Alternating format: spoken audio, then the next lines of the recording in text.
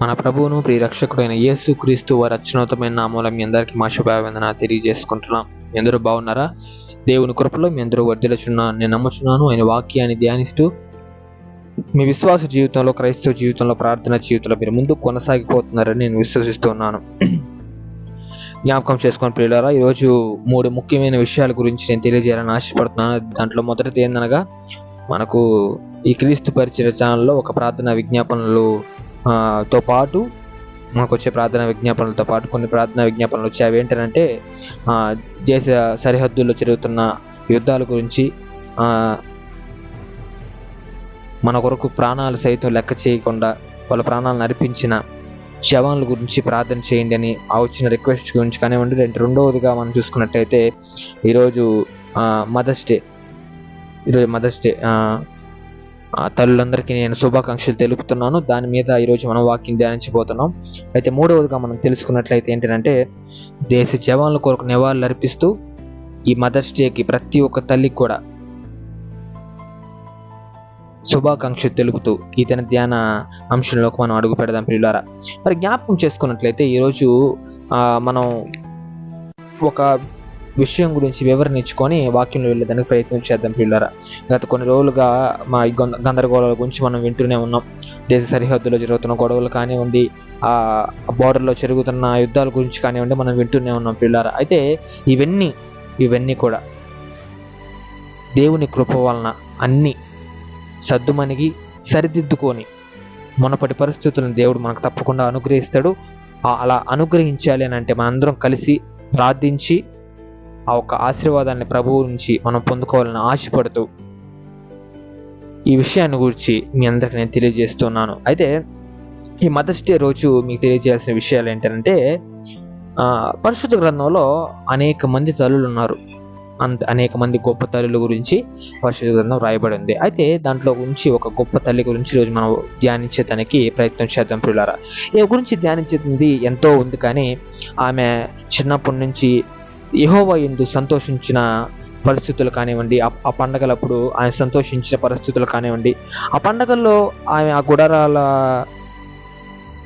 వాటి దగ్గరికి వెళ్ళి ఆయన దర్శించి అప్పుడు ఆమె సంతోషించడం కానివ్వండి, అవన్నీ అయిపోయిన తర్వాత ఆమె పరిస్థితులు చిన్నగా మారి ఆమె జీవితంలో ఆమె ఎంత మనోక్షోభ అనుభవించింది. తర్వాత ఆమెకున్న 2 అతిపెద్ద సమస్యలేంటి, తర్వాత ఆమెకున్న మనోవేదన అంతా ఎలా తగ్గింది, ఎవరి ద్వారా తగ్గింది, ఆమె ఎవరిని ఆశ్రయించింది, ఆమె యెహోవా జనమునికి ఒక గొప్ప ప్రవక్తను అందించింది. ఆ ప్రవక్త ఎవరు అన్న ఒక విషయాల గురించి మనం ధ్యానించడానికి ప్రయత్నం చేద్దాం ప్రియులారా. అయితే మొట్టమొదటిగా ఆమె పేరు హన్న. మీ అందరికీ ఆమె తెలిసే ఉంటుంది. సమూయేలు గారి తల్లి ఆమె. అయితే ఆమె జీవితంలో అనేక సమస్యలు ఆమె ఎదుర్కొంది. చిన్నప్పుడు ఆమె జీవితం వేరేగా ఉండేది. స్టెప్ బై స్టెప్ ఆమె ఎదుగుతూ వచ్చేటప్పటికి ఆ పరిస్థితులు మారింది. ఆమె అనేక సమస్యలను ఎదుర్కోవడం కూడా పరిశుద్ధ గ్రంథంలో మనం చూస్తాం ప్రియులారా. అయితే మీకు తెలియజేయాల్సిన విషయం ఏంటంటే, ఈ యొక్క హన్నా గారు ఎవరైతే ఉన్నారో ఆమె ప్రవక్తనలు పరిస్థితులన్నీ సమూయేలు మొదటి అధ్యాయంలోనే, అంటే మొదటి సమూయేలు గ్రంథంలో మాత్రమే మనకు కనబడతాయి. ఈ ఒక్క పరిస్థితులు ఆమె ఎలా ఎదుర్కొంది, ఆ పరిస్థితుల్లో ఆమె ఎలా ప్రవర్తించింది అన్న ఒక విషయాలు మొదటి సమూయేలు గ్రంథంలో మనం స్పష్టంగా చూడొచ్చు పిల్లారా. అయితే హన్నా గారు విజ్ఞాపన చేసి దేవుణ్ణి కోరింది ఏంటి అని కనుక మనం చూసుకున్నట్లయితే, సమూయేలు మొదటి గ్రంథము 2వ అధ్యాయము 1వ వచనం కనుక మనం చూసుకున్నట్లయితే, మీ దగ్గర పరిశుద్ధ గ్రంథాలు ఉన్నట్లయితే తప్పకుండా తెరచి వాక్యం ధ్యానించడానికి ప్రయత్నం చేయండి. సమూయేలు మొదటి గ్రంథము 2వ అధ్యాయము 1వ వచనము. మరియు హన్న విజ్ఞాపన చేసి ఇలాగనెను, నా హృదయము యెహోవా యందు సంతోషించుచున్నది. అంటే ఆమె ఇండివిజువల్ లైఫ్లో ఆమెకి ఎటువంటి సమస్యలు ఉన్నా, ఎటువంటి పరిస్థితులు మారినప్పటికీ ఆమె యెహోవా యందు భయభక్తులు కలిగి సంతోషిస్తుంది అన్న ఒక విషయం మనకు ఇక్కడ పరిశుద్ధ గ్రంథం తెలియజేస్తున్న పిల్లారా. అందరు చెప్పినట్టే ఆమె గురించి జీవిత చరిత్ర చదువుతూ వెళ్ళిపోతే ఎవరికి అర్థం కాదు. కాబట్టి నేను కొంచెం మార్చి చెప్పేదానికి ప్రయత్నం చేస్తాను. ఆమె ఎదుర్కొన్న సమస్యలు అందరికి కనుక తెలిసినట్లయితే మనందరం మన జీవితంలో ఉన్న దేవుడు మనకు అనుగ్రహించిన మన అమ్మలు ఎవరైతే ఉన్నారో ఆ తల్లులకి మనం గౌరవం ఇచ్చి మన జీవితంలో ముందు కొనసాగిపోయేదానికి మనం ప్రయత్నం చేసిన వాళ్ళం అవుతాం పిల్లారా. కాబట్టి వాక్యాన్ని జాగ్రత్తగా వినేదానికి ప్రయత్నం చేయండి. మరియు హన్నా విజ్ఞాపన చేసి ఇలాగనెను, నా హృదయము యెహోవా యందు సంతోషించుచున్నది, యెహోవా యందు నాకు మహాబలము కలిగెను, రక్షణను బట్టి సంతోషించుచున్నాను, నా విరోధుల మీద నేను అతిశయింపబడుదును. ఈ యొక్క వాక్యాన్ని కనుక మనం జాగ్రత్తగా ధ్యానించుకున్నట్లయితే ప్రియులారా, హన్నా గారు యెహోవా యందు మాత్రమే ఆనందిస్తున్నారు అన్న ఒక విషయం మనకు స్పష్టంగా తెలియజేస్తుంది. అంటే ఆమె జీవితంలో అనేక సమస్యలు ఉన్నాయి. వీటన్నిటిని ఎదుర్కొని అంటే ఆమె జీవితంలో ఆమె ఎదుర్కొన్న గొప్ప 2 సమస్యలు ఏంటంటే గర్భఫలం లేకపోవడం మొట్టమొదటి సమస్య అయితే, రెండో సమస్య ఏంటంటే ఆమె జీవితంలో అర్థం చేసుకొని వచ్చాడు అనుకున్న ఆమె భర్త ఎవరైతే ఉన్నారో ఆయన రెండో పెళ్లి చేసుకోవడం. పెనిన్నా అనే ఆమె పెళ్లి చేసుకుంటాడు ఆయన, అది వేరే విషయం. అయితే ఇది ఈ యొక్క పరిస్థితులన్నింటిని కూడా మారుస్తుంది హన్నా గారి జీవితంలో. ఎంతో ఇష్టంగా వచ్చిన భర్త ఎవరైతే ఉన్నారో ఆయన రెండో పెళ్లి చేసుకోవడం, ఆమెతో సంతానం కనడం కానివ్వండి, ఇవన్నీ కూడా హన్నా గారి జీవితంలో ఎంతో బాధను కలిగించేవి. ఇవన్నీ కూడా ఆమె తలుచుకుంటూ ఏడుస్తూ ప్రార్థన చేసేది ఎప్పుడు యెహోవా దేవుడికి. అయితే ఆ ఒక్క ప్రార్థనని బట్టే ఇక్కడ మనకు తెలియజేస్తున్న విషయం ఏంటంటే, నేను యెహోవా యందు ఆనందించదును అని ఆమె మనకు తెలియజేస్తుంది. అంటే ఆమె జీవితంలో అనేక సమస్యలను ఎదుర్కొనింది అనే ఒక విషయం మనకు తెలియజేస్తుంది పరిశుద్ధ గ్రంథం. మనం కనుక ముందుకు వెళ్ళినట్లయితే ఈ ఒక వాక్యం మీద, హన్నా గారు భర్త ఎవరైతే ఉన్నారో ఆయన ఎల్కానా ఆయన రెండో పెళ్లి చేసుకున్నప్పుడు ఈ యొక్క సమస్య కూడా ఆమె జీవితంలోకి కొత్తగా ఎంట్రీ ఇచ్చింది. అంటే నూతనంగా ఇది ఒక సమస్య మాదిరి కనబడింది హన్నా గారికి. ఈ సమస్యలన్నింటిలో ఒక ఎత్తు అయితే ఆమెకి గర్భఫలం లేదు అని వచ్చిన రెండో ఆమె ఎవరైతే ఉందో ఈమెని వెక్కిరించడం, హేళన చేయడం, గుచ్చి ఆమెని అదే మాట మీద చెప్పి ఆమెను బాధ పెట్టడం చేస్తూ ఉండేది. ఈమెకి ఇది మూడో సమస్య. మొట్టమొదటి సమస్య అనేక కాలం ఆమెకి గర్భం లేకపోవడం అయితే, రెండో సమస్య ఏంటంటే తను అర్థం చేసుకొని వచ్చాడు నా జీవితంలో కనుక్కున్న భర్త ఎవరైతే ఉన్నాడో ఆయన రెండో పెళ్లి చేసుకోవడం. మూడో సమస్య వచ్చిన ఆమె ఎవరైతే ఉన్నారో ఆమె నీకు గర్భం లేదు, నాకు పిల్లకాయలు ఉన్నారని చెప్పి ఈమెని దెప్పిపోవడం. ఈ ఒక 3 సమస్యలు హన్నా గారి జీవితంలో మెయిన్ పిల్లర్స్ గా మనకు పరిశుద్ధ గ్రంథంలో చూస్తాం పిల్లర్. అంటే నేను ఎందుకు ఇలా బ్రీఫ్ గా చెప్తున్నానంటే, సమూయేలు గారి రెండో పుస్తకం కానివ్వండి, మొదటి పుస్తకం కానివ్వండి, ఇవన్నీ పూర్తిగా చదివితే మాత్రమే హన్నా గారి జీవితం మనకు అర్థం అవుతుంది. ఎందుకంటే సెకండ్ హాఫ్ అంతా సమూయేలు గారి జీవితం ఉన్నా కూడా ఫస్ట్ హాఫ్ అంతా తన తల్లిని కవర్ చేశాడు బాగా. కాబట్టి ఆ కవరింగ్ లో ఏదైతే ఉందో, మొదటి బుక్ ఏదైతే ఉందో ఆ బుక్ లో ఆ పుస్తకంలో తన తల్లిని గురించి అనేక సందర్భాల్లో వివరించింది. కాబట్టి సమూయేలు గారి తల్లిని గురించి, కాబట్టి ఆ మొదటి భాగంలోనే హన్నా గారి గురించి మనం అనేక విషయాలు తెలుసుకోవచ్చు. ఆ మొదటి భాగంలో ఉన్న విషయాలే ఇవన్నీ. ఆమె ఎలువంటిగా బాధలు అనుభవించింది, ఆమె ప్రవర్తన ఎలా ఉంది, ఆమె పరిస్థితులు ఎలా మారే అన్న ఒక విషయాలు. అయితే ఈమె తరచుగా ప్రార్థన చేసుకుంటూ ఉండేది యెహోవాకి. ఇలా నన్ను దెప్పోడు వస్తుంది, నాకు ఈ బాధ ఉంది, ఆ బాధ ఉంది, ఇలా నా భర్త కూడా ఇలా చేశాడు అని చెప్పి ఆమె మొరపెట్టుకుంటూ ఉండేది దేవుడికి. అయితే ఈ బాధ అంతా దేవుడు విన్న తర్వాత ఏమైందంటే, మనం కథగా దీన్ని ధ్యానించడానికి ప్రయత్నం చేద్దాం. ఆమె ఒకరోజు ఏమనుకున్నానంటే, ఇవన్నీ కుదిరేలాగా లేవు, ఇంకా నేను పూర్తిగా యెహోవా మీద ఆధారపడి ప్రార్థన చేసినట్లయితే ఆయన నాకు తప్పకుండా సహాయం చేస్తాడు అనుకున్న నిమిత్తం ఆమె చేసింది ఏంటంటే ఆలయంలోకి వెళ్ళి ప్రార్థన చేయడం. తర్వాత వాళ్ళ భర్త ఎవరైతే ఉన్నారో ఆ భర్త కూడా గ్రహిస్తాడు, ఈమెకి ఈ బాధ పిల్లలు లేనందున మాత్రమే ఈ బాధ కలుగుతుందని వాళ్ళ భర్త కూడా గ్రహిస్తాడు. ఆమెని ఎంత సంతోషపరచాలని వాళ్ళ భర్త అనుకున్నప్పటికీ అది కుదరని పని. ఆమె అదే బాధతో ఉంటుంది. అదే మనకు సమూయేలు మొదటి గ్రంథము 2వ అధ్యాయము 1 నుంచి 10 వరకు ఆమె చెప్పిన మాటలు ఇక్కడ మనం చూస్తాం ప్రియులారా. అయితే ఇక్కడ 10వ వచనంలో కనుక మనం చూసుకున్నట్లయితే, చివరి లైన్ కనుక మనం చదువుకున్నట్లయితే, 10వ వచనంలో చివరి లైన్ కనుక మనం చదువుకున్నట్లయితే, లోకపు సరిహద్దులలో నుండి వారికి ఆయన తీర్పు తీర్చును, తాను నియమించిన రాజులకు ఆయన బలమిచ్చును అన్న ఒక విషయాన్ని ఇక్కడ మనం చూస్తాం ప్రియులారా. అంటే తాను అభిషేకించిన వారికి అధిక బలము కలుగుచేయును.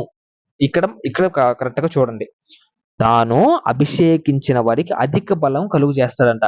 ఈ ఒక్క వాక్యం ఏదైతే ఉందో ఈ ఆ తల్లి గురించి మనం ధ్యానిస్తున్నాం కాబట్టి ఈ ఒక్క ధ్యానంలోనే లోక సరిహద్దుల్లో ఉన్న జవాన్ల గురించి కూడా మనం జ్ఞాపకం చేసుకోవాలి.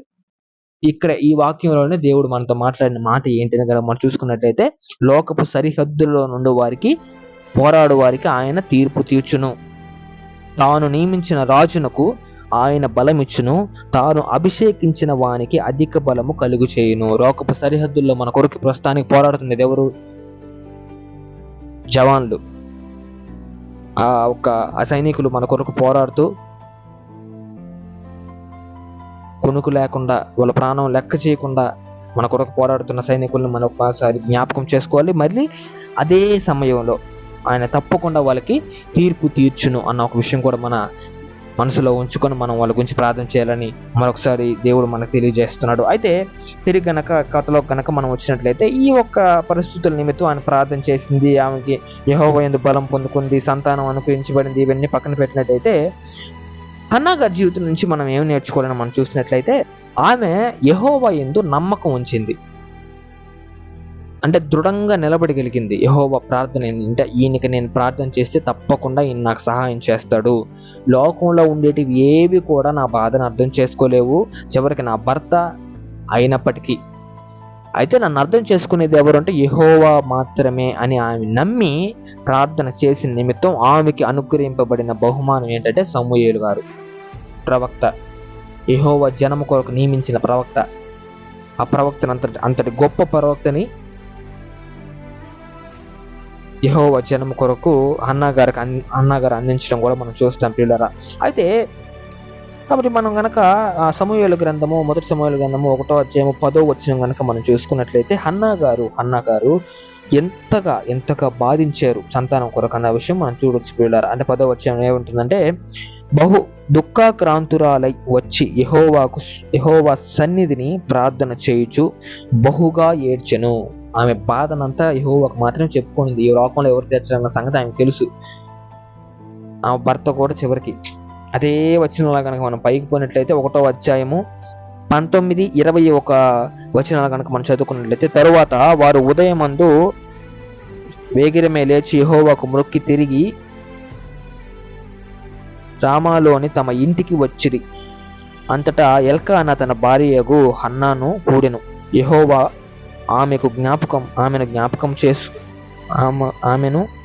జ్ఞాపకము చేసుకొనెను కనుక హన్నా గర్భము ధరించి దినములు నిండినప్పుడు ఒక కుమారుణ్ణి కని, నేను యెహోవాకి మొక్కుకొని వీనిని అడిగి తిననుకొని వానికి సమూయేలు అని పేరు పెట్టెను. ఇక్కడ మనం గనక ధ్యానించినట్లయితే ఆమె ప్రార్థనకి దేవుడు జవాబును ఇచ్చి ఆమె బాధలన్నిటిని యెహోవా చూచి ఆమె ప్రార్థనలు అన్నిటినీ యెహోవా విని ఆమె మొరను ఆలకించి ఆమె ప్రార్థనకి జవాబును అనేది అనుగ్రహించాడు. ఆమె గర్భం ధరించి కొన్ని నెలలు నిండిన తర్వాత జరిగిన విషయాలు ఇవన్నీ. తర్వాత ఆమె బాధ గురించి ఆమె చెప్పిన తర్వాత కథలో కనుక ముందుకు వెళ్ళినట్లయితే ఆయన పుట్టి పెరిగి పెద్దవాడే ఆయన పేరు సమూయేలు అని పెట్టిన తర్వాత ఆయన ఏలీ అని ఆయనకి తీసుకెళ్లి సమూయేలుని అప్పగిస్తుంది. అంటే దేవునికి అప్పగిస్తుంది సమూయేలు గారిని. అన్నగారు దేవుని సేవ నిమిత్తం, దేవుని కొరకు, దేవుని జనం నిమిత్తం వాళ్ళందరి కొరకు ఏర్పరచుకున్న ఈ ప్రవక్త ఎవరైతే ఉన్నారో వారిని తీసుకెళ్లి యాజకుడైన ఏలీకి అప్పగించడం కూడా జరుగుతుంది. ఆ కథ అంతా మనకు తెలుసు. అయితే అప్పట్లో మనం చూసినట్లయితే అప్పట్లో యెహోవా స్వరము ఆయన స్వరం వినబడటం అరుదు. ఆయన స్వయంగా ప్రతి ఒక్కరితో మాట్లాడతారు కాబట్టి సమూయేలుతో మాట్లాడడం, సమూయేలుకు దర్శనం అనుగ్రహించడం కూడా మనం పరిశుద్ధ గ్రంథంలో చూస్తాం. అయితే ఇదంతా కూడా మనం ధ్యానించే ఈ వాక్యం అంతా కూడా మనకు కనబడుతున్నది హన్నా గారి మనోవేదన, హన్నా గారు పడిన బాధ, హన్నా గారు పడిన హింసలు, హన్నా గారు పడిన అవమానం, బిడ్డలు లేరని చెప్పి అవమానం, ఇవన్నీ కూడా యెహోవా యందు సమూయేలు అన్న ఒక గొప్ప ప్రవక్త పుడతాడు అనే నమ్మకం యందు ఈ బాధలు పెద్దవి అనిపించలేదు హన్నా గారికి.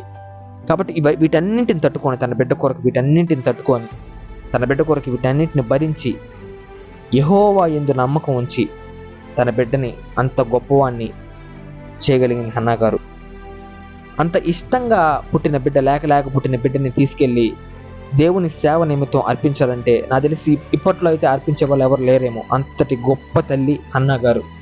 దీని గురించి చెప్పుకోవాలంటే బోల్డ్ క్వాలిటీస్ ఉన్నాయి. ఎన్నో విషయాలు హన్నా గురించి మనం నేర్చుకోవాల్సిన బాధ్యత కూడా మనందరికీ ఉంది ప్రియులారా. సమూయేలు గారు అంత గొప్ప ప్రవక్త దేవుని వలన అయితే ఆ ప్లాట్ఫామ్ ఏదైతే ఉందో ఆ దారిలో సమూయేలు గారు చేపట్టి నడిపించింది తన తల్లి. మన తల్లి మన కొరకు ఎంత మనోవేదన వెనకాల అనుభవిస్తుందో మనకు తెలియదు. మన కొరకు ఎటువంటి శ్రమలు అనుభవించిందో మన కొరకు తెలియదు. మన కొరకు ఎటువంటి బాధలు అనుభవించిందో మనకు తెలియదు. దేవుడు అనుగ్రహించిన తల్లిదండ్రులని సన్మానించడం ఇకనైనా నేర్చుకుందాం. మన జీవితంలో మొట్టమొదట దేవుని నామం మనం తోడుగా ఉంటే, రెండవది ఈ భూమి యందు మనకు తోడుగా ఉండేది తల్లి తండ్రి మాత్రమే. దాంట్లో తల్లి మరీ ముఖ్యంగా మనం గౌరవించాల్సిన వ్యక్తి. మన జీవితంలో కూడా మనం ప్రయోజకులమై మన తల్లిదండ్రులను సన్మానించి మంచి పేరు తీసుకురావాలని కోరుకుంటూ చిన్న వాక్యాన్ని దేవుడు దీవించునుగాక. మన జీవితాలందరికీ ఆయన తోడే ఉండి కాపాడి నడిపించునుగాక. ఆమేన్. ప్రార్థన. ప్రేమగల మహిమగల మా దేవుడా, మా రక్షక వేతనంలో ఒక మేలును కనికరమును చూపించే దేవుడా, అత్యున్నతుడా ఉన్నతుడా ఉన్నవాన్ని అనువాడమని దేవా, నీకే వందనాలు స్తోత్రాలు చెల్లించుకుంటున్నాం నా తండ్రి. ఆల్ఫా ఒమేగా నా దేవా, మమ్మల్ని కాపాడే దేవా, నడిపించే దేవా, నీ సహాయాన్ని మాకు అనుగురించే దేవా, నీకే స్తోత్రాలు చెల్లించుకుంటున్నాం నా తండ్రి. ఆయన జ్ఞాపకం చేసుకున్న తండ్రి, నీ ప్రియ బిడ్డని, ప్రియ కుటుంబాలను నా తండ్రి, ఈ రోజు అతని ముఖ్యంగా నా తండ్రి నాయన ప్రార్థన విజ్ఞాపనలో జ్ఞాపకం చేసుకోవాల్సిన విషయం నా తండ్రి నాయన, దేశ సరిహద్దుల్లో జరుగుతున్న యుద్ధం గురించి నా తండ్రి నాయన, అక్కడ జరుగుతున్న యుద్ధాలను నా తండ్రి నా శ్రద్ధ మనిగించి నా తండ్రి, నీ సహాయాన్ని అనుగ్రహించి మా కొరకు నా తండ్రి నాయన, మా కొరకు నా తండ్రి ప్రాణాలు సైతం లెక్క చేయకుండా పోరాడుతున్న ప్రతి ఒక్క సైనికుని కోసం మేము ప్రార్థిస్తున్నాం నా తండ్రి. ప్రాణాలు విడిచిన సైనికుల కొరకు మేము ప్రార్థిస్తున్నాం నా తండ్రి. వాళ్ళ ఆత్మకి శాంతి కలగాలని మేము ప్రార్థిస్తున్నాం నా తండ్రి. వాళ్ళ కుటుంబాలు నా తండ్రి నాయన, వాళ్ళ కుటుంబాలు నా తండ్రి, వారి తర్వాత నా తండ్రి నీవే నా తండ్రి ఆ కుటుంబాలను ఆదరించి ఆ కుటుంబాలకు సహాయకుడిగా ఉండి నా తండ్రి నడిపించి మనం వేడుకుంటాం నా తండ్రి. యుద్ధాలను నా తండ్రి నాయన నీ యొక్క ఆధీనంలో ఉంచుకోమని నా తండ్రి, ప్రతి ఒక్క యుద్ధాన్ని నా తండ్రి నాయన నీవే నా తండ్రి నాయన సైనికుల తరపు నుంచి చేయమని వేడుకుంటున్నాం నా తండ్రి. నీ సహాయాన్ని అనుగ్రహించమని వేడుకుంటున్నాం నా తండ్రి. అదేవిధంగా నా తండ్రి ఈ రోజు మదర్స్ డే రోజు నా తండ్రి ప్రతి తల్లిని ప్రతి ఒక్క బిడ్డ సన్మానించి నా తండ్రి తన జీవితంలో ముందు కొనసాగిపోయేదానికి ప్రయోజకుడిగా ఉండి నా తండ్రి అన్నా గారికి ఎటువంటి పేరు సమూయేలుగా సంపాదించుకొచ్చి పెట్టారో అటువంటి పేరు మా జీవితంలో మేము కూడా మా తల్లికి సంపాదించుకొచ్చి పెట్టేవారంగా ప్రయోజకులం అయ్యేవారంగా నీ సహాయాన్ని అనుగ్రహించమని వేడుకుంటున్నాం నా తండ్రి. ఈ క్రీస్తు పరిచర్యలో నా తండ్రి ప్రతి ఒక్క ప్రార్థన విజ్ఞాపన నేను పాదాలు చెంత పెడుతున్నాం నా తండ్రి. జ్ఞాపకం చేసుకొని ప్రతి ఒక్క ప్రార్థన విజ్ఞాపనకు నీ సహాయాన్ని అనుగ్రహించమని వేడుకుంటూ, నీ జవాబును అనుగ్రహించమని వేడుకుంటూ, మరలా నా తండ్రి నీ రాకడ సమయం కనుక ఆలస్యం అయినట్లయితే మేము అందరం దగ్గర చేరి నిన్ను ఆరాధించే భాగ్యాన్ని మా ప్రసాదింపు చేయమని వేడుకుంటూ మన ప్రభువైన యేసుక్రీస్తు వారి అత్యున్నతమైన నామములో అడిగి వేడుకొని పొందుకొంచున్నాం మా తండ్రి. ఆమేన్. Praise the Lord. May God bless you all.